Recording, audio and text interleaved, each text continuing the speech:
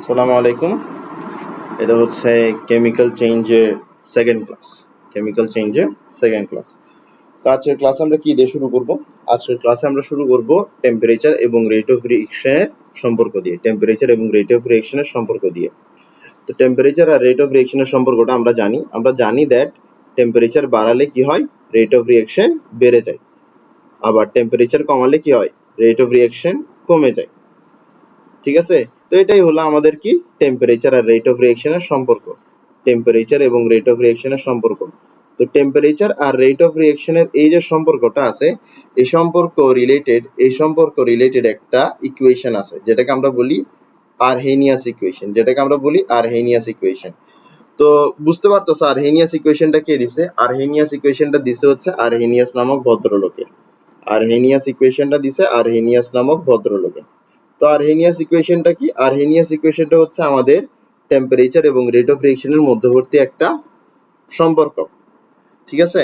তো এই ইকুয়েশন কি বলে? এই ইকুয়েশন আমাকে বলতেছে that rate of reaction proportional হবে। রেট অফ রিঅ্যাকশন প্রপোর্শনাল হবে কিসের সাথে? ই ইনভার্স ইএ বাই আরটি। বলা হচ্ছে রেট অফ রিঅ্যাকশন এই সম্পূর্ণ টার্মটার সাথে প্রপোর্শনাল হবে। এই কথাটাই বলছে আরহেনিয়াস। আর এটাই হচ্ছে আরহেনিয়াসের ইকুয়েশন। তো আরহেনিয়াসের ইকুয়েশনে যাওয়ার আগে আমাদের কাছে একটু যাইতে হবে রেট ইকুয়েশন। আরহেনিয়াসের ইকুয়েশনে আমরা ফেরত আসবো। আমরা এখন যাব হচ্ছে রেট ইকুয়েশন।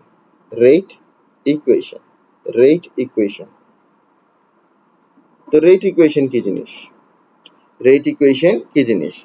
রেট ইকুয়েশন বোঝার জন্য আগে আমরা একটা রিঅ্যাকশন ধরে নিলাম। এ হচ্ছে রিঅ্যাকট্যান্ট, এটা রিঅ্যাক্ট করে বি তৈরি করে। এটা হচ্ছে একটা রিঅ্যাকশন। তো আমরা রেট অফ রিঅ্যাকশনের যেগুলো ফ্যাক্টরস আছে, factors controlling rate of reaction, ওগুলো পড়ছিলাম, বা factors affecting rate of reaction, ওগুলো পড়ছিলাম। আমরা ওখানে কি পড়ছি? আমরা ওখানে পড়ছি দ্যাট রেট অফ রিঅ্যাকশন কখন বেশি হবে? যখন রিঅ্যাকট্যান্টের কনসেন্ট্রেশন বেশি হবে। রেট অফ রিঅ্যাকশন কখন বেশি হবে? যখন রিঅ্যাকট্যান্টের কনসেন্ট্রেশন বেশি হবে। বুঝা গেছে? Very good. ঠিক আছে? এখন আমার এখানের মধ্যে যে রিঅ্যাকশনটা ধরলাম দ্যাট এ রিঅ্যাক্ট করে বি তৈরি করতেছে, এখানের মধ্যে আমার রিঅ্যাকট্যান্ট কে? এখানে আমার রিঅ্যাকট্যান্ট হচ্ছে এ। তাহলে এই রিঅ্যাকশনের জন্য যদি আমরা এই একই সম্পর্কটা লিখি, এটা কিরকম দাঁড়াবে? এটা দাঁড়াবে হচ্ছে এরকম, that rate of reaction directly proportional to concentration of A. বুঝা গেছে? Very good. ওকে, এতটুকু বুঝলাম। এখন আমরা এখানের মধ্যে কি করতে পারি? আমরা এখানের মধ্যে একটা কনস্ট্যান্ট আনতে পারি। কনস্ট্যান্ট আনলে কি হবে? কনস্ট্যান্ট আনলে এই প্রপোর্শনাল সাইনটা সরে যাবে। এখানে কি চলে আসবে? এখানে ইকুয়াল টু চলে আসবে আর একটা কনস্ট্যান্ট আসবে। ঠিক আছে? এই যে আমরা এই যে জিনিসটা পাইলাম, এটাকে আমরা বলি হচ্ছে রেট ইকুয়েশন। এটাকে আমরা বলি হচ্ছে rate equation. Rate of reaction আর রিঅ্যাকট্যান্টের কনসেন্ট্রেশনের মধ্যে সম্পর্কটা এক্সপ্রেস করে হচ্ছে আমাদের রেট ইকুয়েশন। এটাকে বলা হয় রেট ইকুয়েশন। তো রেট ইকুয়েশনের মধ্যে আমরা যে কনস্ট্যান্টটা ইউজ করি, ওই কনস্ট্যান্টটাকে আমরা বলি হচ্ছে রেট কনস্ট্যান্ট। তাহলে এই কনস্ট্যান্টটাকে কি বলা যায়? এই কনস্ট্যান্টটাকে বলা যায় রেট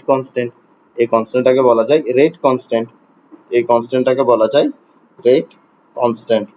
আশা করি বুঝে গেছে। হ্যাঁ, ভেরি গুড। এটাকে বলা যায় রেট কনস্ট্যান্ট।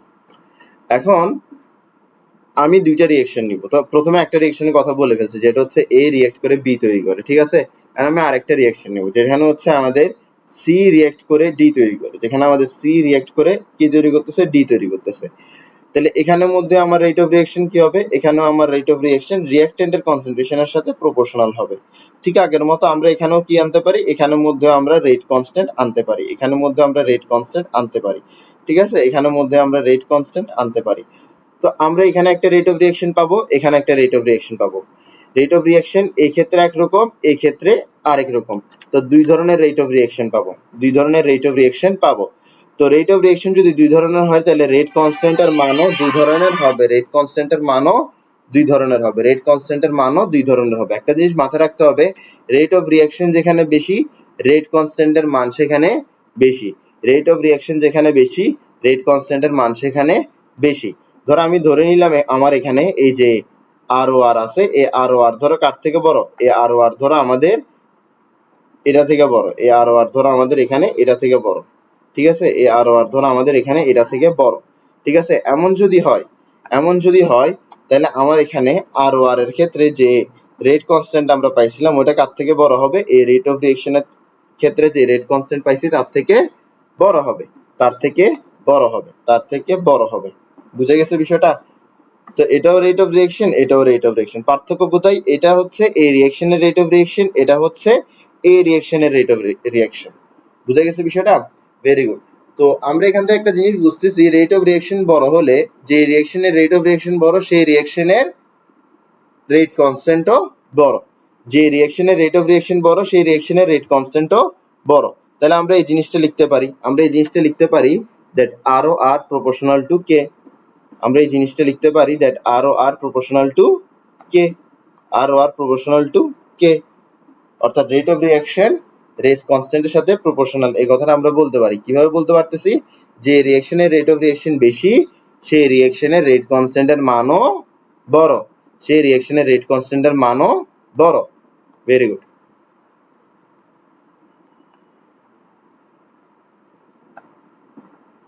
ওকে, তো আরহেনিয়াস ইকুয়েশনের মধ্যে আমরা এই কাহিনীটা করবো একটু। আচ্ছা বলি আমি এখন কি বলছি, তোমরা আশা করি বুঝো নাই। তো আরহেনিয়াস ইকুয়েশনটাতে যাই, আমরা আরহেনিয়াসের ইকুয়েশনটাতে যাচ্ছি। তো এটা হলো আরহেনিয়াস ইকুয়েশন, আর এটা হল, আর এটাকে আমরা আনলাম, ঠিক আছে।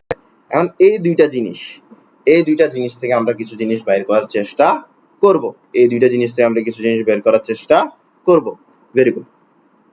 আসো, হ্যাঁ, আমরা কি জানি? আমরা জানি রেট অফ রিঅ্যাকশন বেশি হলে এটা বেশি হবে। আচ্ছা এইভাবে না বলি, আমরা বলতে পারি দ্যাট এই টার্মটা বেশি হলে, এই টার্মটা যদি বেশি হয় তাহলে আমাদের রেট অফ রিঅ্যাকশন বেশি হচ্ছে, আবার রেট অফ রিঅ্যাকশন বেশি হলে আমাদের রেট কনস্ট্যান্ট বেশি হচ্ছে। তাহলে আমরা সরাসরি কি এটা বলতে পারি না, রেট কনস্ট্যান্ট বেশি হবে যখন আমাদের এখানে ই inverse E A by R T এই টার্মটা বড় হবে। বুঝে গেছে বিষয়টা? তাহলে আমরা এখানের মধ্যে সরাসরি এই কথাটা বলতে পারি যে rate constant proportional to E inverse E A by R T, এই কথাটা আমরা সরাসরি বলতে পারি, এই কথাটা আমরা সরাসরি বলতে পারি। ভেরি গুড, ঠিক আছে। তো এখান থেকে আমরা একটা ইকুয়েশন ডেরাইভ করব, আমরা এখন দুই সাইডে কি করব, দুই সাইডে আমরা ln দিয়ে অপারেট করে দিব, এদিকে থাকবে ln কে, আচ্ছা ln দিয়ে পরে অপারেট করি। আগে আমরা এখানের মধ্যে প্রপোর্শনাল সাইনটা তুলি, আমরা একটা কনস্ট্যান্ট আনবো। তো একটু আমরা রিক্যাপ করি, এটা কোত্থেকে আসছে? এটা আসছে এই দুইটা ইকুয়েশন থেকে। এই দুইটা ইকুয়েশনের মধ্যে উপরেরটা কি? উপরেরটা হচ্ছে আরহেনিয়াস ইকুয়েশন, ঠিক আছে। তো মোটমাট কথা হচ্ছে এটা কোত্থেকে আসছে? এটা আসছে হচ্ছে আরহেনিয়াসের ইকুয়েশন থেকে। তো আমরা এখানের মধ্যে একটা কনস্ট্যান্ট আনতেছি, তো এই কনস্ট্যান্টটার নাম কি হবে? এই কনস্ট্যান্টটার নাম হবে আরহেনিয়াস কনস্ট্যান্ট। এই কনস্ট্যান্টের নাম হবে আরহেনিয়াস কনস্ট্যান্ট। এখন আমরা দুই সাইডে কি করব? দুই সাইডে আমরা ln দিয়ে অপারেট করে দিব, এদিকে থাকবে ln কে, এদিকে থাকবে ln, আর ব্র্যাকেটের ভেতর থাকবে যা উপরে আছে তা, LAE to the power minus E A by R T. বুঝে গেছে? Very good. এখন আসো, এখন আমরা যদি ln দিয়ে এখন আমরা এখানের মধ্যে একটা ফর্মুলা বসাতে পারি, ঠিক আছে, বিষয়টা বুঝার চেষ্টা করো। ln ab কি জিনিস? ln ab মানে হচ্ছে আমাদের ln a plus ln b, এটাই হচ্ছে ln ab। মানে ln এর যদি কোনো কিছুর প্রোডাক্টকে আমি ln দিয়ে অপারেট করি, তাহলে আমি যে দুইটার প্রোডাক্টকে ln দিয়ে অপারেট করছি ওই দুইটাকে আবার আলাদা করে ln দিয়ে অপারেট করে অ্যাড করতে পারি। বুঝা গেছে বিষয়টা? মানে মোট কথা হচ্ছে এটা একটা formula, ln ab is equals to ln a plus ln b। তো তুমি এটাকে a চিন্তা করো আর এই পুরো টার্মটাকে b চিন্তা করো, তাহলে তুমি বুঝে যাবা পরের লাইনে কি হবে। পরের লাইনে কি আসতেছে? পরের লাইনে আসতেছে হচ্ছে আমাদের প্রথমে এখানে a, ln a হবে, এরপরে আমাদের এখানের মধ্যে আসবে প্লাস, এরপরে আমাদের এখানে আবার ln কাকে অপারেট করবে? বি কে অপারেট করবে। এখানে বি হচ্ছে এই পুরো অংশটাই হচ্ছে বি, এখানে এই পুরো অংশটাই হচ্ছে বি, বুঝা গেছে? এখানে পুরো এই অংশটাই হচ্ছে বি।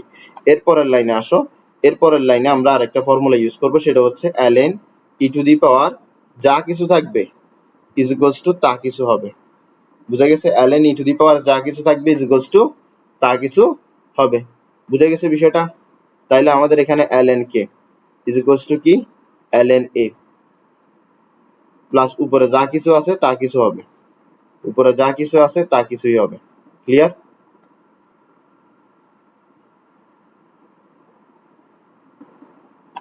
ভেরি গুড, এতটুকু আসলো। হ্যাঁ, এতটুকু আসার পরে আমাদের এখানে কিছু কিছু জিনিস মানে জাস্ট একটু পজিশন চেঞ্জ করবো, আর কিছু না।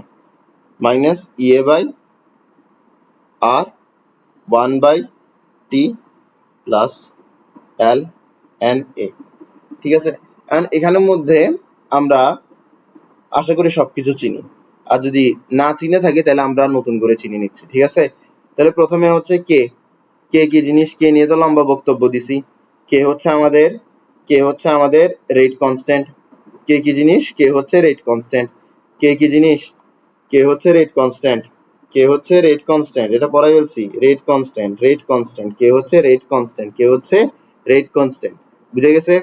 এরপরে ইএ কি জিনিস, ইএ হচ্ছে অ্যাক্টিভেশন এনার্জি, ইএ হচ্ছে অ্যাক্টিভেশন এনার্জি, ইএ হচ্ছে অ্যাক্টিভেশন এনার্জি। এটা মেবি ফার্স্ট ক্লাসে আমরা পড়াইছিলাম দ্যাট অ্যাক্টিভেশন এনার্জি কি জিনিস, অ্যাক্টিভেশন এনার্জি কি জিনিস। আসো তবে একটু বুঝাই দিই।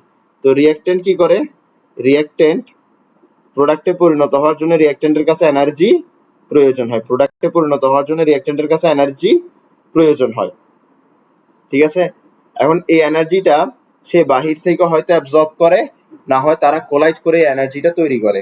এখন রিঅ্যাক্ট্যান্ট কোলাইড করে এনার্জি কিভাবে তৈরি করতে পারে, তুমি তোমার হাত দুইটাকে নাও, হাত দুইটাকে নিয়ে ঘষো, মানে তোমার হাতের তালু দুইটাকে নিয়ে ঘষো, তুমি দেখবা যে তোমার ওখানের মধ্যে তাপ অনুভব করতেছো। তার মানে ঘর্ষণের ফলে কি তৈরি হয়, তাপ তৈরি হয়। আর যখন কলিশন হচ্ছে তখন ঘর্ষণ হচ্ছে না, তো কলিশন হলে ঘর্ষণ হয়, ঘর্ষণ হলে তাপ তৈরি হয়, এই তাপটা ইউজ করে রিঅ্যাক্ট্যান্ট মলিকিউল গুলো প্রোডাক্টে পরিণত হয়। যদি এই তাপটা যথেষ্ট না হয় তাহলে রিঅ্যাক্ট্যান্ট মলিকিউল বাহির থেকে তাপ গ্রহণ করে এরপরে প্রোডাক্টে পরিণত হয়, বুঝা গেছে? মোট কথা হচ্ছে রিঅ্যাক্ট্যান্টের কাছে প্রোডাক্টে পরিণত হইতে কি লাগবে, এনার্জি লাগবে। এখন আমি তোমাকে এখানে তিনটা কেস দিব। ধরো আমার কাছে কোন একটা রিঅ্যাক্ট্যান্ট আছে, সে ধরো 9.9999 জুল নিল, ঠিক আছে? জুল নিয়ে সে প্রোডাক্টে পরিণত হতে পারলো না। এরপরে একই রিঅ্যাক্ট্যান্ট গুলো 10 জুল যখন নিল, কত জুল নিল, 10 জুল যখন নিল, তখন সে তারা প্রোডাক্টে পরিণত হতে পারলো। ধরো এরপরে এই রিঅ্যাক্ট্যান্ট গুলো 20 জুল নিল, 20 জুল নিলে কি তারা প্রোডাক্টে পরিণত হতে পারবে? উত্তর হচ্ছে অবশ্যই অবশ্যই পারবে, কারণ 10 জুলে যখন পারতেছে 20 জুলে তো আরো খুশি খুশি পারার কথা, ঠিক আছে? কোন একটা কাজ যদি 1000 টাকায় করা যায়, ওটা কি 2000 টাকা দিলেও করা যাবে না? অবশ্যই যাবে।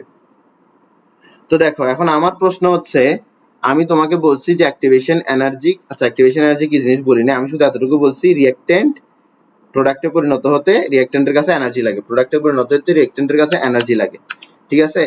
এখন প্রোডাক্টে পরিণত হতে রিঅ্যাক্ট্যান্টের কাছে ন্যূনতম যে এনার্জি লাগবে ওটাই হচ্ছে অ্যাক্টিভেশন এনার্জি। প্রোডাক্টে পরিণত হতে রিঅ্যাক্ট্যান্টের কাছে ন্যূনতম যে এনার্জি লাগবে ওটাই হচ্ছে অ্যাক্টিভেশন এনার্জি। এখন আমার প্রশ্ন হচ্ছে এখানে 9.99 জুল এটা অ্যাক্টিভেশন এনার্জি, 10 জুল এটা অ্যাক্টিভেশন এনার্জি, নাকি 20 জুল এটা অ্যাক্টিভেশন এনার্জি?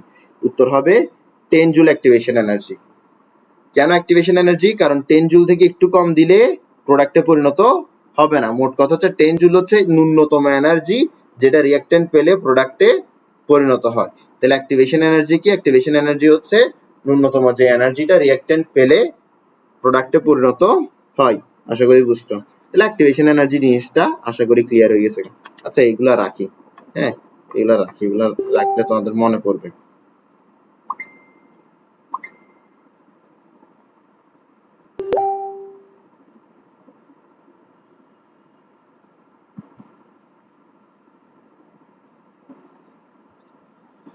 আসো এরপরে কি, এরপর হচ্ছে আর এবং টি। আর কি জিনিস, আর হচ্ছে ইউনিভার্সাল গ্যাস কনস্ট্যান্ট, আর হচ্ছে ইউনিভার্সাল গ্যাস কনস্ট্যান্ট, আর হচ্ছে ইউনিভার্সাল গ্যাস কনস্ট্যান্ট। আচ্ছা এইসব জিনিস একটু বেশি বড় বড় করে লিখে ফেলতেছি না, একটু ছোট ছোট করে লেখা উচিত।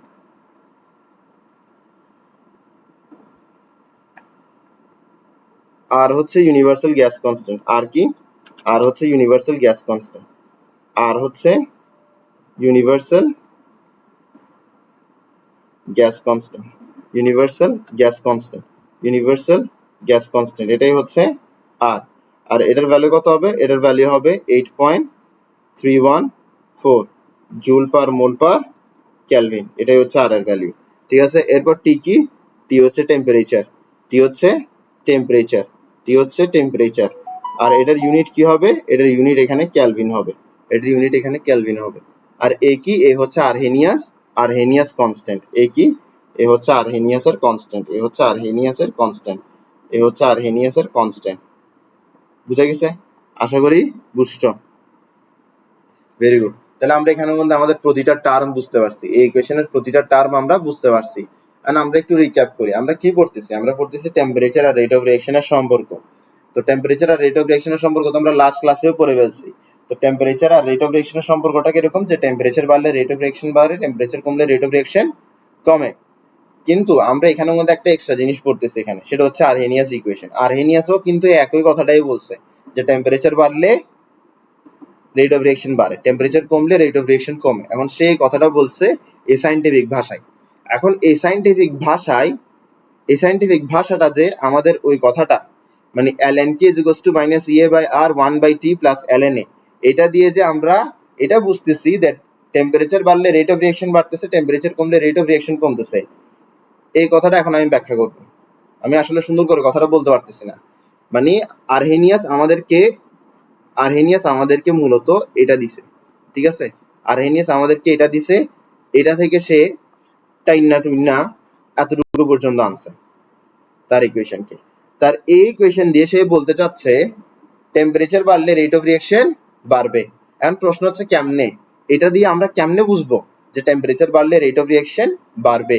তো এটা বোঝার জন্য আমাদের কাছে একটা গ্রাফ ড্র করতে হবে। এটা বোঝার জন্য আমাদের কাছে একটা গ্রাফ ড্র করতে হবে। চলো আমরা একটা গ্রাফ ড্র করি। তো এটা হচ্ছে আমাদের y অ্যাক্সিস, এটা হচ্ছে আমাদের x অ্যাক্সিস। y অ্যাক্সিসও ডান, x অ্যাক্সিসও ডান। ঠিক আছে, এখন আমরা ইকুয়েশনটাকে নিই। হ্যাঁ, ইকুয়েশনটাকে নিই। ইকুয়েশনটার সাথে আমরা কাকে কম্পেয়ার করব? y is equals to mx plus ck। ঠিক আছে, তো এটা, তো এই যে ln k আছে, ln k কি জিনিস? এটা হচ্ছে y। ঠিক আছে, এই যে EA by R আছে, এটা কি জিনিস? এটা হচ্ছে m। ঠিক আছে, এই যে 1 by t আছে, এটা কি জিনিস? এটা হচ্ছে x। আর এই যে ln এর যে জিনিসটা আছে, এটা হচ্ছে c। তো y is equals to mx plus c, এটার সাথে আমরা কার তুলনা করতে পারি? y is equals to mx plus c এর তুলনা করতে পারি। y is equals to mx plus c কি? y is equals to mx plus c হচ্ছে আমাদের স্ট্রেট লাইনের ইকুয়েশন, স্ট্রেট লাইনের ইকুয়েশন।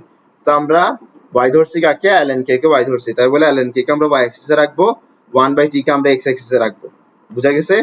এরপরে আমরা এখানে একটা গ্রাফ পাবো। গ্রাফটা দেখতে কি এরকম হবে? একটা স্ট্রেট লাইন হবে। এখন স্ট্রেট লাইন এরকমও হইতে পারে, স্ট্রেট লাইন তো এরকমও হইতে পারে। এখন কোনটা হবে? উত্তর হচ্ছে এখানে যে স্ট্রেট লাইনটা পাবো সেটা হবে এরকম। কেন এরকম হবে? কারণ আমাদের এখানের মধ্যে যে স্লোপটা আছে ওটা হচ্ছে নেগেটিভ। স্লোপ নেগেটিভ হলে আমাদের স্ট্রেট লাইন দেখতে এরকম হয়, স্লোপ পজিটিভ হলে স্ট্রেট লাইন দেখতে এরকম হয়। এখন বোঝানোর সময় নাই যে কেন এরকম হচ্ছে। তো মোট কথা হচ্ছে তোমার এতটুকু মাথায় রাখতে হবে যে এখানে স্লোপ কত? এখানে স্লোপ হচ্ছে minus E A by R, minus E A by R, এটাই হচ্ছে এখানে স্লোপ, এটাই হচ্ছে এখানে স্লোপ। Very good. তো এখন তোমাদের প্রশ্ন হইতে পারে যে আমরা পড়তেছিটা কি? আমরা পড়তেছি আরহেনিয়াস ইকুয়েশন। আরহেনিয়াস ইকুয়েশন কি? আরহেনিয়াস ইকুয়েশন হচ্ছে এটা। এটা কি বলে? এটা বলে দ্যাট টেম্পারেচার বাড়লে রেট অফ রিঅ্যাকশন বাড়বে, টেম্পারেচার কমলে রেট অফ রিঅ্যাকশন কমবে। এখন প্রশ্ন হইতে পারে কিভাবে? আসো আমরা বুঝাই কিভাবে। আমরা যদি এখানে লেফট টু রাইট যাই, তাহলে 1 বাই টি এর ভ্যালু কি হচ্ছে? বাড়তেছে। 1 বাই টি এর ভ্যালু বাড়া মানে কি? টি এর ভ্যালু কমা। 1 বাই টি হচ্ছে একটা রেশিও, কোন একটা রেশিওর ভ্যালু তখনই বাড়ে যখন তার ডিনোমিনেটরের ভ্যালু কমে।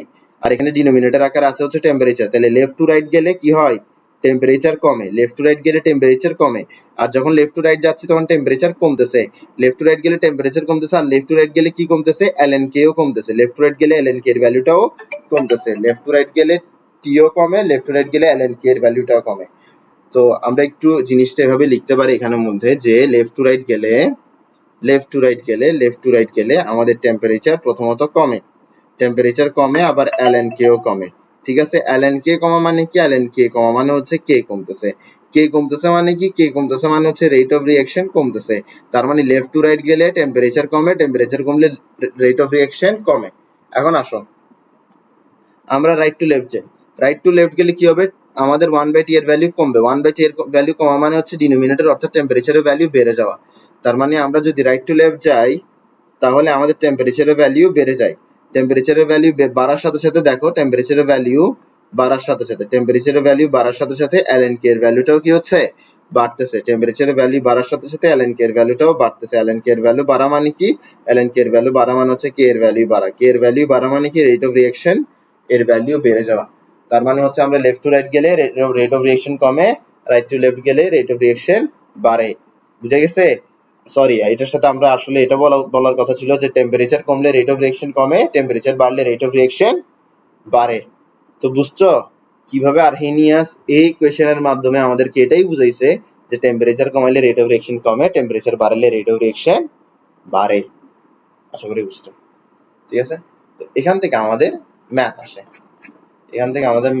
ম্যাথটা মানে একটু অ্যাডমিশনের জন্য এটা খুব বেশি একটা ম্যাথ পারা উচিত। ঠিক আছে, কিছু জিনিস আছে যেগুলো মানে যদি এভাবেই চিন্তা করো যে পরীক্ষায় যা আসছে তা মানে একটা দাড়ি কমও এক্সট্রা করবো না, তাহলে তো হবে না, ঠিক না? করতে তো হবে, বুঝো নাই? ওভাবে অত হিসাব করে তো দুনিয়া চলে না।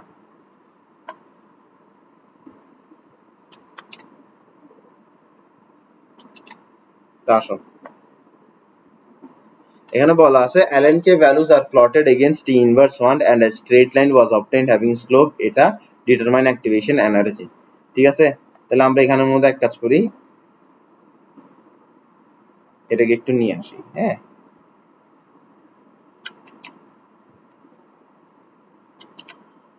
তো দেখো তোমার এখানে এই কোয়েশ্চেনে কি বলছে, দেখো কোয়েশ্চেনে বলতেছে ln k values plotted against t inverse 1। তো plotted against এর আগে যা আছে ওইটা হচ্ছে y axis এ, plotted against এর পরে যা আছে ওইটা হচ্ছে x axis এ। তো t inverse 1 মানে হচ্ছে 1/t। তো ln k values হচ্ছে x axis sorry y axis এ, আর t inverse অর্থাৎ 1/t হচ্ছে x axis এ। তো এভাবে প্লট করা হয়েছে, এভাবে ln k এর ভ্যালু কি করা হয়েছে? প্লট করা হয়েছে। ln k এর ভ্যালু প্লট করার পরে কি পাওয়া গেছে? একটা স্ট্রেট লাইন পাওয়া গেছে। তো আমরা তো বুঝতেছি আমাদের এই গ্রাফটার কথাই বলতেছে। এরপরে বলতে স্লোপ হচ্ছে কত? -2.24 × 10⁴ কেলভিন। তো স্লোপ হচ্ছে -2.24 × 10⁴ কেলভিন। বলছে আমাকে অ্যাক্টিভেশন এনার্জি বের করতে, অর্থাৎ ইএ বের করতে। আমাকে এখানে কি দেওয়া আছে? আমাকে এখানে দেওয়া আছে that slope is equals to -2.24 × 10⁴। ঠিক আছে, আবার এখান থেকে আমরা কি পাচ্ছি? স্লোপ মানে কি? স্লোপ মানে হচ্ছে -EA/r, এটাই হচ্ছে স্লোপ। -EA/r এটাই হচ্ছে স্লোপ, 2.24 × 10⁴। ঠিক আছে, এখন আমরা ইএ কিভাবে বের করতে পারি? ইএ বের করার জন্য আমরা কি করব? আর কে ওদিকে পাঠিয়ে দিব, এই সামনের মাইনাস দোনোটা কি যাবে? কাটা যাবে। আর ওদিকে চলে গেলে কি হবে? 2.24 × 10⁴ আর এর ভ্যালু এখানে বসবে হচ্ছে 8.314। আর এর ভ্যালু কোথায় কোনটা বসতেছে এটা কিন্তু মাথায় রাখবা, কোথায় কোনটা আর এর ভ্যালু কোথায় কোনটা বসতেছে এটা মাথায় রাখবা। এটা যদি মাথায় না রাখো তাহলে কিন্তু ডেঞ্জারাস লেভেলের ধরা হবে। ঠিক আছে, এখন এই ভ্যালুটা একটু আমরা বের করে ফেলি। 2.24 × 10⁴ ইন্টু 8.314, তাহলে কত আসতেছে এখানে? আমাদের এখানে আসতেছে হচ্ছে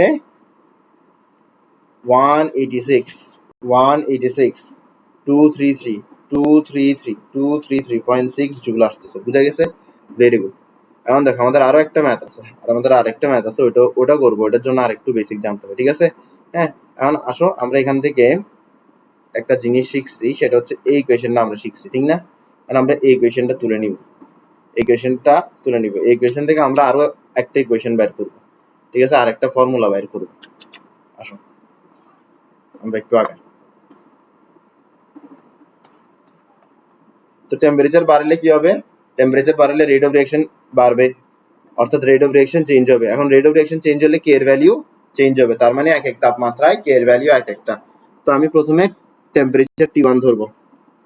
টেম্পারেচার কি ধরবো? at temperature T1, at temperature T1, at temperature T1. At temperature T1, rate constant B, rate constant B, rate constant B, K1, rate constant B, K1, rate constant B, K1. এতটুকু থেকে আমি এই ইকুয়েশনটা লিখবো। তো ইকুয়েশনটা কি? ইকুয়েশনটা হচ্ছে ln rate constant is equals to minus activation energy divided by universal gas constant into 1 by temperature plus ln A. তো এটাকে আমি দিলাম ইকুয়েশন নাম্বার 1। বুঝা গেছে? Very good. এখন আসুন, এখন আমরা এখানের মধ্যে আরেকটা লিখব। at temperature T2, at temperature T2, rate constant B K2, at temperature T2, rate constant B K2। ঠিক আছে? তো আমরা এখানে লিখি ln K2 is equals to minus EA by R 1 divided by T2 plus ln A। তো এটা হচ্ছে আমাদের দ্বিতীয় ইকুয়েশন। ঠিক আছে? তো আমরা এই একই ইকুয়েশন থেকে দুইটা ইকুয়েশন বের করলাম। ঠিক আছে? এখন আমরা এখানের মধ্যে সুন্দর মতো কি করব? 2 থেকে 1 কে মাইনাস করে দিব। 2 থেকে 1 কে মাইনাস করে দিব। 2 থেকে 1 কে আমরা মাইনাস করে দিব। চলো। 2 থেকে 1 কে আমরা মাইনাস করে দিই। 2 থেকে 1 কে আমরা মাইনাস করে দিই। 2 থেকে 1 কে আমরা মাইনাস করলে কি হবে? প্রথমে ln k2 minus ln k1 হবে। প্রথমে লেফট হ্যান্ড সাইড গুলো মাইনাস যাবে। ln k2 minus ln k1, ln k2 minus ln k1। ঠিক আছে? is equals to কি হবে? is equals to হবে হচ্ছে এই পুরাটা মাইনাস equals to হবে এটা মাইনাস এটা। ঠিক আছে? তো আমরা আগে কপি করে নিই। ঠিক আছে? কপি করে নিই। তো এই দোনোটাকে এটাকে পুরোপুরি ব্র্যাকেটের ভেতর ঢুকাবো, আগে একটা মাইনাস বসাবো, এরপরে এটাকে আমরা এখানে নিয়ে আসলাম। বুঝা গেছে? যাদের আক্কেল বুদ্ধি আছে ওরা বুঝতেছে আমি কি করতেছি এখানে। ঠিক আছে? এরপরে আমরা একটা ফর্মুলা বসাবো এখানে। এখানের মধ্যে সেটা হচ্ছে ln এর ফর্মুলা। খুব বেসিক ফর্মুলা, ক্লাস 9 10 এগুলো পড়ার কথা, সেটা হচ্ছে ln A minus ln B is equals to ln A by B। বুঝা গেছে বিষয়টা? Very good. আসো তাহলে আমরা এখানে কি লিখতে পারি? ln k2 minus k1 কে লিখতে পারি ln k2 by k1। কি লিখতে পারি? ln k2 by k1। আমরা লিখতে পারি ln k2 by k1, ln k2 by k1। ঠিক আছে? Very good. ঠিক আছে? এখন আমরা এখান থেকে ব্র্যাকেটটাকে তুলে ফেলবো। তো ব্র্যাকেটটাকে আমরা তুলে ফেলি। চলো ব্র্যাকেটটাকে আমরা সুন্দর মতো তুলে ফেলি। এখন ব্র্যাকেটটাকে তুললে কি হবে? মাইনাসে মাইনাসে এখানে প্লাস হয়ে যাবে। মাইনাসে মাইনাসে এখানে কি হয়ে যাবে? প্লাস হয়ে যাবে। মাইনাসে মাইনাসে এখানে প্লাস হয়ে যাবে। এরপরে মাইনাসে প্লাসে কি হয়ে যাবে? মাইনাস হয়ে যাবে। বুঝা গেছে? তার মানে মাইনাস ln a। ঠিক আছে? এখন দেখো, এখন তোমার plus ln a minus ln a কাটাকাটি যাবে। বুঝা গেছে? এরপরে আমরা এর পরের লাইনে জাস্ট একটা পজিশন চেঞ্জ করব। ঠিক আছে? জাস্ট একটা পজিশন চেঞ্জিং এর কাজ করব। আমরা আগে নিয়ে আনবো হচ্ছে EA by R 1 by T1 কে, এরপরে নিয়ে যাব হচ্ছে আমরা minus EA by R 1 by T1 কে। ঠিক আছে? এর পরের লাইনে আমরা কি করব দেখো, জানো? এর পরের লাইনে আমরা EA by R K common নিয়ে নিব। EA by R K common নিয়ে নিলে আমরা কি পাচ্ছি? EA by R K common নিয়ে নিলে আমরা পাচ্ছি 1 by T1 minus 1 by T2, 1 by T1 minus 1 by T2, আমরা এটা পাচ্ছি। বুঝে গেছে? Very good. তো এটাই হচ্ছে আমাদের ইকুয়েশন যেটা আমরা বের করতে যাচ্ছি। এটা হচ্ছে একটা ফর্মুলা যেটা আমরা বের করতে চাচ্ছি। বুঝে গেছে? এই ফর্মুলাটা আমরা বের করে ফেললাম। মানে এগুলো হচ্ছে আরহেনিয়াস ইকুয়েশন, সহজ ভাষায় বলতে গেলে এটাও কি আরহেনিয়াস ইকুয়েশন থেকে এটা পাইতেছি এগুলো। ঠিক না? আরহেনিয়াস ইকুয়েশন থেকেই পাইতেছি এগুলো। তো আমাদের যে সেকেন্ড ম্যাথটা আছে আজকের ক্লাসের, ওই সেকেন্ড ম্যাথটা হচ্ছে এই ফর্মুলা থেকে। ঠিক আছে? এই ম্যাথটা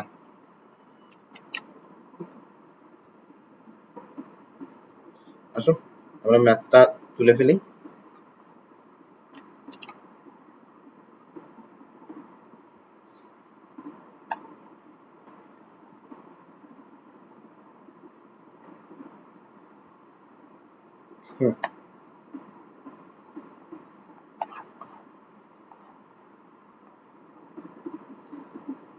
তো দেখো, rate constant of dissociation of hydrogen iodide এর রেট কনস্ট্যান্ট অফ ডিসোসিয়েশন দেয়া আছে। কয়টা দেয়া আছে? দুইটা দেয়া আছে, মানে দুইটা টেম্পারেচারে দেয়া আছে, একটা হচ্ছে 283 ডিগ্রি সেলসিয়াস আর একটা হচ্ছে 508 ডিগ্রি সেলসিয়াস আর রেসপেক্টিভলি K1 and K2। আচ্ছা কোশ্চেনটা করি। rate constant of dissociation of hydrogen iodide at এত ডিগ্রি সেলসিয়াস and এত degree Celsius are respectively K1 and K2। K1 এর ভ্যালু এটা, K2 এর ভ্যালু এটা, ডিটারমাইন E অ্যাক্টিভেশন এনার্জি। ঠিক আছে, তাহলে আমরা বুঝতেছি কি, আমরা বুঝতেছি দ্যাট আমাদের এখানের মধ্যে দুইটা টেম্পারেচার দেয়া আছে, দুইটা ভিন্ন টেম্পারেচারের জন্য দুইটা ভিন্ন রেট কনস্ট্যান্ট দেয়া আছে। তো টেম্পারেচার T1, তো T1 টেম্পারেচার কি 283, ঠিক আছে, 283 ডিগ্রি সেলসিয়াস। এখন 283 ডিগ্রি সেলসিয়াস দিয়ে আমরা এখানে হিসাব করতে পারি না, আমাদের কাছে এটাকে কিসে নিয়ে যেতে হবে, আমাদের কাছে এটাকে ক্যালভিনে নিয়ে যেতে হবে। ক্যালভিনে কিভাবে নিয়ে যাব, 283 সাথে আমরা 273 কে যোগ করব, পাবো হচ্ছে আমরা এখানের মধ্যে 556, এখানে পাবো হচ্ছে 556 ডিগ্রি সেলসিয়াস। বুঝে গেছে বিষয়টা? Very good. এখন আসো টেম্পারেচার 2, এটা হচ্ছে কত, 508 ডিগ্রি সেলসিয়াস। 508 ডিগ্রি সেলসিয়াস দিয়ে আমরা কাজ করতে পারবো না, তো 508 ডিগ্রির সাথে আমরা 273 কে যোগ করব, 273 কে যোগ করলে আমরা কত পাচ্ছি, 508 যোগ 273, 508 যোগ 273 করলে আমরা পাচ্ছি 781। এখন বলো 273 যোগ করার পরে কি হবে, আর ডিগ্রি সেলসিয়াস থাকবে না, ক্যালভিন হয়ে যাবে। ঠিক আছে, তাহলে আমরা এতটুকু পেয়ে গেলাম। এরপরে আমরা কি বের করব, এরপরে আমরা বের করব, এরপরে আমাদের রেট কনস্ট্যান্ট গুলো তো দেয়া আছে, ঠিক আছে, রেট কনস্ট্যান্ট গুলোর ভ্যালু বসে, ঠিক আছে, রেট কনস্ট্যান্ট গুলোর ভ্যালু হচ্ছে, আচ্ছা রেট কনস্ট্যান্ট গুলোর ভ্যালু বসাইতে হবে না, এগুলো এখান থেকে তুলে বসাইতে পারবো। তো K1 কত দিছে আমাকে, K1 দিছে হচ্ছে আমাকে এত,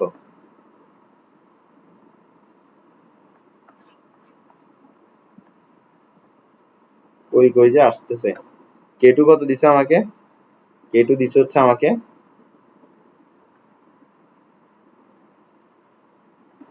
K2 দিছে হচ্ছে আমাকে এত। ঠিক আছে, এখন আমাদের কাছে K1 K2 কে ইউজ করতে হবে, আমাদের কাছে K1 K2 কে ইউজ করতে হবে। বুঝে গেছে?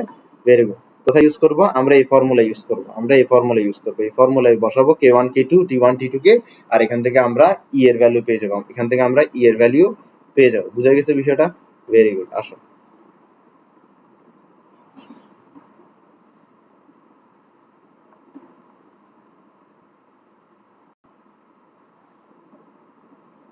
কি যে করতেছি। হুম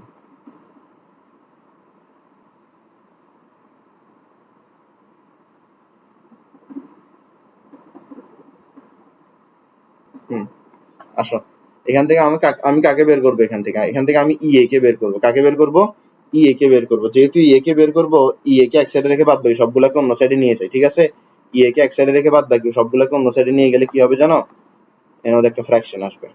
ঠিক আছে, উপরে হবে হচ্ছে ln K2 বাই K1, এটার সাথে মাল্টিপ্লাই হবে হচ্ছে R, এটার সাথে মাল্টিপ্লাই হবে হচ্ছে R, আর নিচে চলে যাবে হচ্ছে 1 by T1 minus 1 by T2, এটা চলে যাবে হচ্ছে নিচে। বুঝে গেছে? Very good. এখন দেখো, এখন আমরা এখানের মধ্যে ভ্যালু গুলো বসাবো, আসো ভ্যালু গুলো একটা একটা করে বসাবো। তো আর এর ভ্যালু কত, আর এর ভ্যালু হচ্ছে আমাদের 8.314। এরপর হচ্ছে ln K2 বাই K1। একটা জিনিস তোমাকে বলে দিই, যখন আমরা, আচ্ছা বাদ দাও নাই বলি, আচ্ছা বলে দিই, বাদ দাও, সমস্যা নাই। আমরা এখানে কি বের করতেছি, এনার্জি বের করতেছি না, তো এনার্জি যখন বের করবো তখন আর এর ভ্যালু সবসময় 8.314 বসাবো, এনার্জি যখন বের করবো তখন আর এর ভ্যালু সবসময় 8.314 ব্যবহার করবো। ঠিক আছে, ভেরি গুড। 3.52, K1 কত, সরি K2 উপরে হবে, K2 কত, K2 হচ্ছে 3.92, 3.95 ইন্টু 10 ইনভার্স 2। ঠিক আছে, K2 গেল গা। এরপর হচ্ছে K1 কত, 3.52 ইন্টু 10 ইনভার্স 7। ঠিক আছে, এর হচ্ছে 1 by T1, 1 by T1, T1 কত, T1 হচ্ছে 556, T1 হচ্ছে 556, T1 হচ্ছে 556। বুঝে গেছে? Very good. এর হচ্ছে 1 by T2, 1 by T2, T2 কত, 781, 781। Very good. তো এখন আমাদের কাছে এখানে অ্যাক্টিভেশন এনার্জি বের করতে হবে। এটা দেখে ভয় পাওয়ার কিছু না, এটা খুব সিম্পল একটা জিনিস। ঠিক আছে, খুব সিম্পল একটা জিনিস। 3.95 into 10 inverse 2 divided by 3.52 into 10 inverse 7, কিছু একটা আসছে, ln দিয়ে ওটাকে অপারেট করে দিই, অপারেট করার পরে যা আসবে ওটার সাথে 8.314 কে গুণ করে দিই, এরপরে দিই ব্র্যাকেট, এরপরে আরেকটা bracket, 1 divided by 556 bracket close, minus 1 divided by 781 bracket close, আবার একটা এক্সট্রা ব্র্যাকেট দিব। ঠিক আছে, এটা দিলাম। ভুল করছে।